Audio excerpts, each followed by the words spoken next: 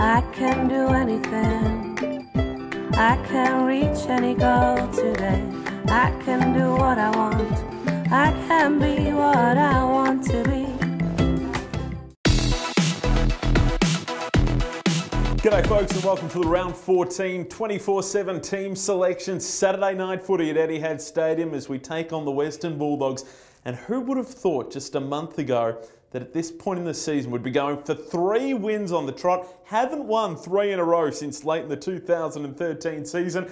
But who knows, given the way we've played against the Gold Coast and Port Adelaide the last couple of weeks, things could change this weekend. Flying solo today, no assistant coaches. That's because they're all down watching the Under-18s Championships, just looking ahead for the future of the Carlton Football Club. Let's get into our team to take on the Western Bulldogs this weekend. Etihad Stadium, 7:20 start, and we start across the back line. Cade Simpson, 25 possessions last week against the Gold Coast. Great to see Michael Jamieson back in the side. Returns from a calf injury last couple of rounds in the Northern Blues. Impressed particularly last week, and Sam Rowe starting the game at full back. As we move into our half-back line now to take on the Western Bulldogs, starting with Chris Yarran. He's made a solid return to the side since that little indiscretion. He really helped to launch the Blues off half-back. Simon White there as well, and Zach Tui, the Irishman, you got to say he's working in tandem beautifully with Chris Yarran at the moment.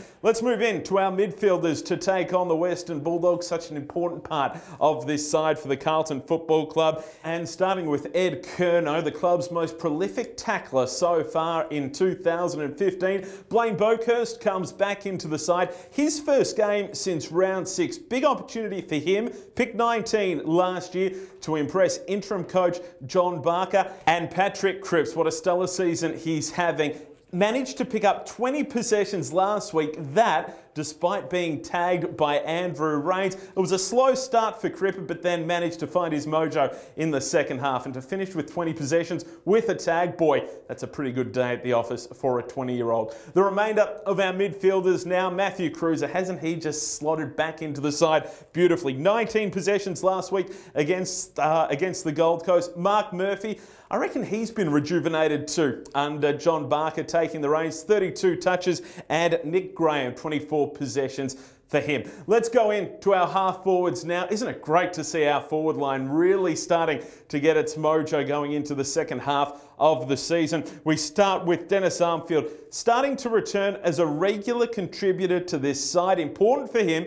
Out of contract at the end of the year, kicked 2 goals last week against the Gold Coast Suns. Tom Bell, 32 touches last week against the Suns, and Lockie Henderson at centre half forward. 2 goals won against the Gold Coast. Again, one of those starting to really work in combination with the likes of Levi Casbolt and Andreas Everett. Speaking of them, let's go into the full forward line now. Andreas Everett, I reckon he's found his club after stints with the Western Bulldogs and Sydney. 3 goals, 3 last week.